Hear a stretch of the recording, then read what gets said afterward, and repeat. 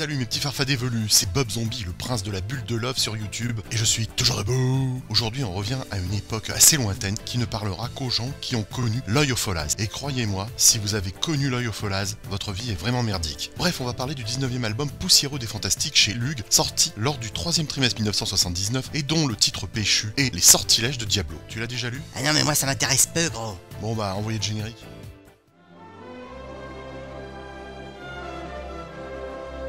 Ta gueule! Non mais on s'en fout du générique, allez on enchaîne tout de suite avec le contenu en un seul mot de cet album d'un fort beau gabarit comme le viaduc du même nom. Je pense que personne a la ref, mec. Sur la couverture de Jean Frisano, on voit le maître des esprits affronter les Fantastiques avec à leur tête le docteur Fatalis, ce qui n'est pas banal, vous en conviendrez. Non. Oh bah si quand même, mais pas le temps de niaiser et sans plus tarder on passe à l'odieuse description de cet album lugien velu qui regroupe les épisodes des Fantastiques Four 116 à 118 réalisés par Archie Goldwyn au scénario et John Buscema au dessin, assisté de messieurs Synod et Mooney à l'ancrage. L'épisode 116 date de novembre 1971. Dans le dernier épisode, nous avions laissé les Fantastiques en vilaine posture avec Reed possédé par l'Overmind qui avait quitté le groupe pour faire ses exactions. Et c'est pas facile à dire. Le reste des 4 Fantastiques essaient de le combattre avec l'Overmind, mais ils sont vaincus, ce qui fait beaucoup quand même. L'Invisible et sa petite tronche de blanquette dodue s'échappent. Et ça me fait penser, en parlant de ça, que je mangerais bien une petite blanquette de veau au troquet d'à côté. Bah vas-y, te gêne pas, hein, ça t'évitera de dire des conneries sur ma vidéo. Non, je reste.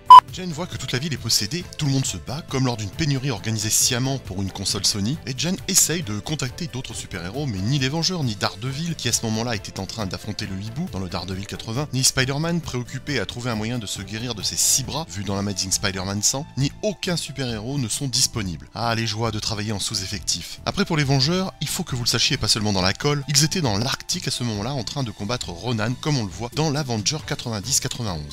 Agatha Harkness, qui a oublié d'être conne, contacte Jen et lui dit que Fatalis peut être un allié de poids. Alors elle va le voir, mais la pauvre Jen est vraiment passée en mode just chialing. Et le gros facétieux pisse-froid, schlingant de suffisance, accepte de faire équipe avec les 4 Fantastiques. Ah! Ce qui est assez intéressant quand on y pense. Non. Oh, bah si quand même, s'allier à ce psychopathe de Fatalis. Oui, il y a un psychopathe en moi, et il a un gros orbe.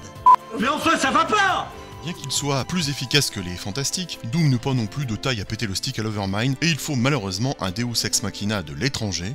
Mais non, pas celui-là, je parlais de l'étranger cosmique avec ses grosses moustaches, et l'étranger va bien péter la rondelle à l'Overmind. En fait, l'épisode est l'occasion de donner des origines au moustachus cosmique qui est apparu, je vous le rappelle, dans l'Uncanny X-Men numéro 11 en mai 1965, vu dans le Strange 11 de novembre 1970. Franchement, ce mec me fait penser à... Comment il s'appelle déjà, ce mec là? Popek? Oui, c'est ça là, Popek. Mais de quoi tu parles là? L'étranger est l'analogue de l'Overmind, et pour tout dire, la somme de tous les gens de la race qui ont autrefois vaincu les Éternels, c'est-à-dire le peuple de la planète Gigantus. Quoi qu'il en soit, le scénariste ne se fait pas chier. Je vois pas pourquoi il se ferait chier.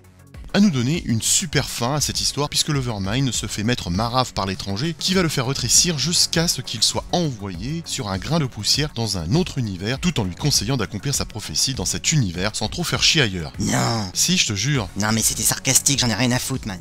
Pendant ce temps-là, Fatalis tire sa référence la queue entre les jambes en mode just pudding. Force est de constater qu'il s'est bien fait péter le pétou et qu'il a été minable face à l'Overmind. Il se casse comme à son habitude de gros loser en marmonnant des menaces à l'encontre des 4 Fantastiques, vu qu'il n'est bon qu'à ça quand on y pense. Le mec n'a pas compris qu'il est un gagne petit face aux puissances de l'univers et qu'à chaque fois, il l'aura dans le pétou. De leur côté, les Fantastiques sont découragés par le fait qu'ils étaient essentiellement inutiles, mais Uatu le gardien leur assure que s'il n'avait pas combattu l'Overmind en premier, l'étranger n'aurait pas pu faire ce qu'il a fait. Ne nous le cacherons pas, la déception du lecteur est immense. L'arc Overmind aurait pu être superbe avec cette partie avec le Docteur Doom à la tête des 4 Fantastiques dans la bataille contre l'Overmind. Ça aurait pu être grandiose, un truc énorme comme man. Mais après avoir fait monter la hype, le soufflet retombe bien vite avec une fin d'histoire sauvée par l'intervention de l'étranger. Ça vous laisse comme une promesse brisée dans la bouche. Je ne vous cache pas ma déception. Pour tout dire, je regrette d'avoir investi dans cet album parce qu'au prix où je l'ai payé, ça a du mal à passer. T'as essayé avec du yaourt? Ah non, on commence pas à faire dans le gras, toi. Bah quoi, les produits laitiers sont nos amis pour la vie. Puis l'album de Lug nous propose l'épisode 117 de décembre 1971. La torche humaine, qui n'est pas bien dans sa live amoureuse, se rend à Attilan pour rendre visite à Crystal qu'il veut pécho par le pétou. Il se fait attaquer par les Inhumains et leur tronche plus terrifiante que tout le bestiaire que tu trouves dans la région des Hauts-de-France. Les agresseurs sont actuellement sous le contrôle de Maximus. Johnny les bat et les interroge sur Crystal, mais ils disent qu'elle n'est jamais arrivée après avoir quitté les 4 Fantastiques. Je vous le rappelle que ça s'est passé dans le numéro 105. Johnny, qui n'a pas peur d'avaler des kilomètres et du combustible, se précipite chez Agatha Harkness pour tenter d'en savoir plus. La meuf Bref, elle est bien pratique pour les facilités scénaristiques. Tu as besoin d'une info, tu ne sais pas comment faire, va voir une voyante. Cette facilité est grosse comme l'Ardèche. Monsieur Goodwin, je ne vous félicite pas. C'est que ça vous gonflait de faire de bons scénarios ou quoi? Oui. Et là encore, je vous vois venir dans les commentaires. Vous allez me dire... Nouveau vlog journalier?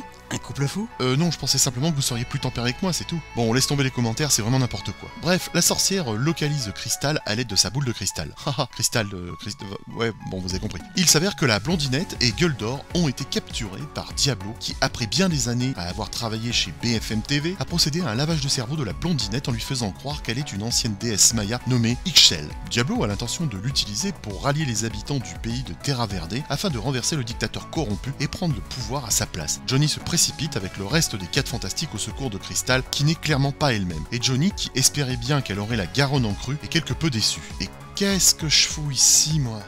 On a le droit à un combat viril entre Johnny et Diablo, le tout se terminant avec la mort apparente du méchant sorcier et du dictateur de Terra Verde dans une explosion. Lorsque Crystal retrouve ses esprits, elle apprend que Maximus a repris le grand refuge et elle décide qu'elle doit rentrer chez elle pour aider la famille royale à reprendre le contrôle. Le lecteur sera quelque peu déconcerté de découvrir dans l'épisode 118 de janvier 1972 une histoire ne présentant pas tous les 4 fantastiques se précipitant vers le grand refuge pour essayer d'aider leurs amis. Que nenni. En effet, on découvre la chose et Gueldor dans une histoire où ils sont projetés dans une dimension pleine de robots dont certains ont la tronche de Reed Richards, ce qui est loin d'être pendant quand même. En tout cas, moi ça me dérange pas. Qui a dit ça? La dimension s'avère être celle où Reed Richards est devenu la chose, tandis que Ben Grimm a obtenu les pouvoirs du reste des 4 fantastiques et a épousé Jen. Et forcément, cela ravive l'intrigue oubliée selon laquelle Grimm était également amoureux de Jen Storm dans les premiers numéros des 4 fantastiques. Bah ouais, l'attrait de Ben pour Alicia est surtout lié au fait qu'elle a une ressemblance remarquable avec Jane et ses nichons arrogants. Et quand à la fin de l'histoire, Ben revient dans notre dimension, il garde les choses pour lui et ne parle pas de cette passion coupable pour la femme de son meilleur ami. Cela pourrait être gênant. Voire cringe, hein. Une histoire qui se lit mais sans plus, et bordel que certains dessins du grand John sont moches. Regardez ces cases. On se demande si Big John avait vraiment envie de s'appliquer dans cette histoire. C'est moche. Et pourtant Dieu sait que j'aime Big John. Mais là on sent qu'il n'avait pas envie de faire des heures sup. Alors je sais ce que vous allez me dire dans les commentaires. L'ornithorynque est de la famille des monotrèmes, seul ordre de mammifères qui pond les œufs au lieu de donner naissance à des petits. Non, c'est pas ce que je pensais. Je pensais que vous alliez me dire que j'étais un petit peu dur, voire exigeant. Mais regardez ces images et dites-moi que c'est beau. Bah ouais, quand même, hein. Tu pourras me dire tout ce que tu veux, cher viewer. Là tu peux pas tester. Ça m'a vraiment frustré et rendu amer. Et c'est pour ça que t'es devenu un connard? Oh bah quand même. Ouais, je confirme.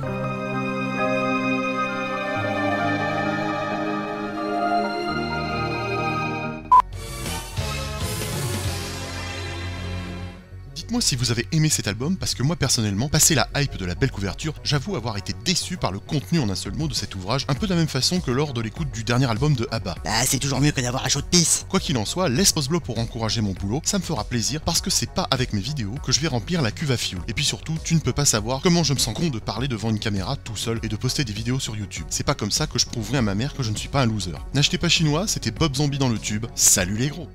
Je sais où tu te caches. Viens ici que je te bute. Non, Abdel Rauf Dafri. Mais enfin ça va pas. Mais c'est juste insupportable. Arrêtez.